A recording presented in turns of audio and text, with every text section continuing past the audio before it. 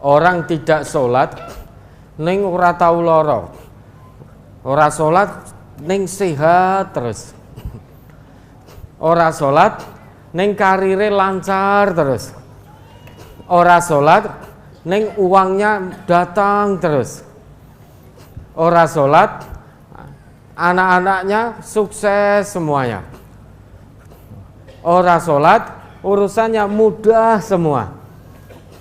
Ini namanya istidraj, diujo oleh Allah. Nanti kalau sudah datang waktunya diazab oleh Allah. Ketika azab itu datang, diutus malaikat maut kepada dirinya, nyawa di kerongkongan, dia sadar bahwa dia akan tinggalkan semua kesenangan dunia, semua akan dipertanggungjawabkan di hadapan Allah. Dia terdiam berputus asa. Berputus asa. Ternyata selama ini tidak ada amal soleh yang dia bawa pulang menuju Allah, sehingga berputus asa, terdiam, penyesalan tiada guna. Maka bisa kita cek pada diri kita, Bapak Ibu. Misal sholat kita masih bolong-bolong, tapi urusannya mudah, pintu kemaksiatan, pintu kesenangan terbuka lebar, orang dang konangan ketika bermaksiat, korupsi orang dang konangan dan lain sebagainya, selingkuh orang dang konangan, itu istidraj. Satu saat akan dibongkar oleh Allah di dunia ini, sehingga mata manusia terbelalak. Selain itu akan disiksa oleh Allah dunia dan akhirat, itu istidraj. Orang sholat akan dibuka, orang yang tidak sholat akan dibukakan pintu-pintu kesenangan dunia oleh Allah sebagai istidraj, diujo, kemudian nanti diazab. Kalau yang ibu lakukan terus mengingatkan, tidak hanya diingatkan, diajak, ditunggoni, ya ndang wudu, tunggoni. Habis itu diajak. Nek perlu diterke ning masjid. Ayo le ning masjid.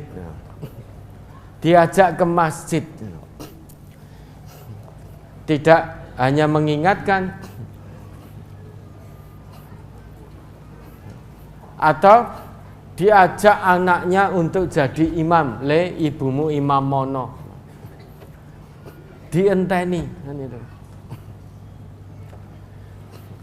Wadini sudah begitu, usaha sudah, doa sudah maksimal, usaha sudah maksimal, doa sudah maksimal, maka hasilnya serahkan kepada Allah. Innaka la tahdi man ahbabta walakinnallahu yahdi mayasya.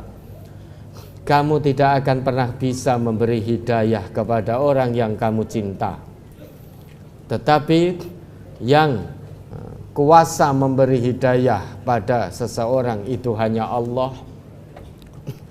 Sekalipun kita sangat ingin anak kita menjadi orang-orang yang sholat, tegak betul fungsi sholatnya, usaha sudah kita lakukan, doa terus terpanjatkan, ajakan-ajakan terus dilakukan, wadine anaknya masih sulit dan terus menolak, sudah serahkan pada Allah, itu urusan dirinya kepada Allah. Nanti di hadapan Allah kita sudah tidak bisa menolong dia, dia tidak bisa menolong kita. Usaha yang sudah kita lakukan dengan maksimal, nanti tanggung jawab kita di hadapan Allah sudah terlepas. Kita punya ma'dzirah di sisi Allah, ma'dziratan ila rabbina, ma'dziratan ila rabbikum. Di Al-A'raf 164 itu. Jadi kita ajak, kita ingatkan, kita nasihati, kita paksa anak untuk sholat, dan kita terus doakan tanpa lelah. Tujuannya biar kita punya ma'dzirah. Mari dibaca itu. Surat Al-A'raf surat ke-7 ayat 164.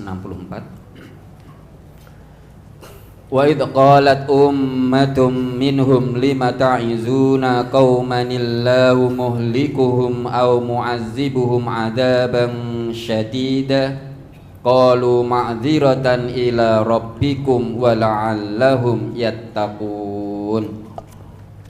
Dan ingatlah ketika suatu umat di antara mereka berkata, mengapa kamu menasihati kaum yang Allah akan membinasakan mereka atau mengazab mereka dengan azab yang amat keras? Mereka menjawab, agar kami mempunyai alasan atau pelepas tanggung jawab kepada Tuhanmu dan supaya mereka bertakwa. Nah, ada notnya tidak? Harus.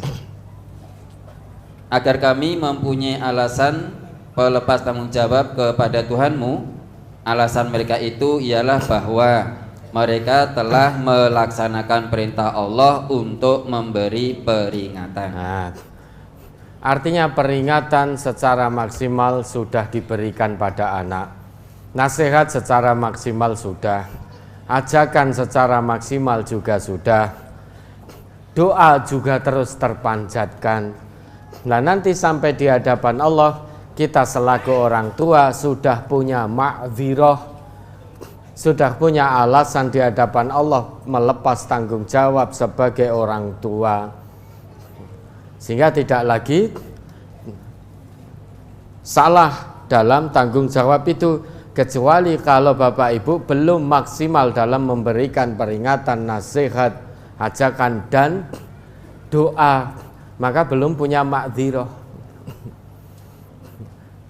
Dan semua itu kita lakukan secara maksimal. Selain satu, kita punya ma'dzirah di hadapan Allah.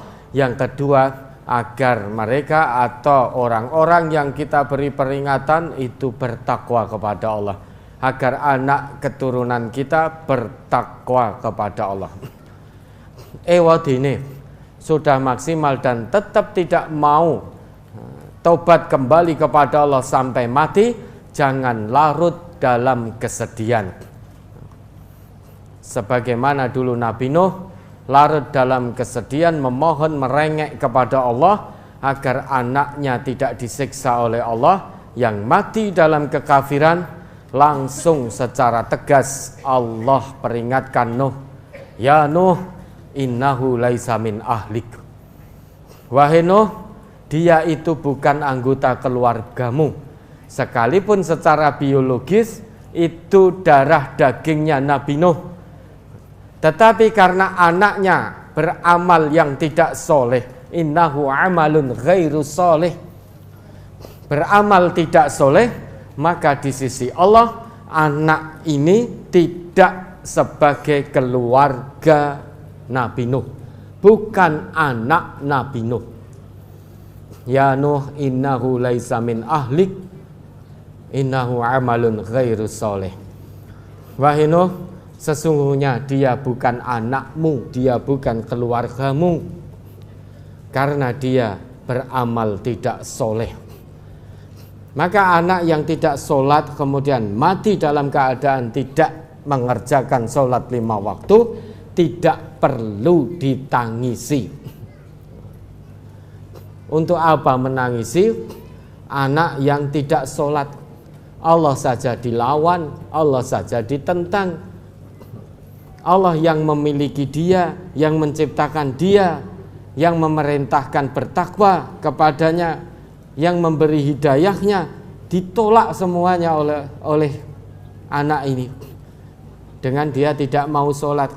Kalau nanti meninggal dunia, yes biasa lah berbes gitu, ndak usah larut dalam kesedihan. Rugi menangisi kepergian anak yang tidak sholat, berlarut dalam tangisan itu rugi. Karena Allah sudah tegas sekali, innahu laisa min ahlik, itu bukan anakmu, itu bukan anggota keluargamu, karena dia beramal yang tidak soleh. Maka mumpung ini masih hidup anaknya, dipaksa ibu, diajak, ya, terus dinasehati, sekali tidak mempan, dua kali tidak mempan, tiga kali, begitu seterusnya. Dan juga tak kenal lelah, tak kenal letih dalam mendoakannya.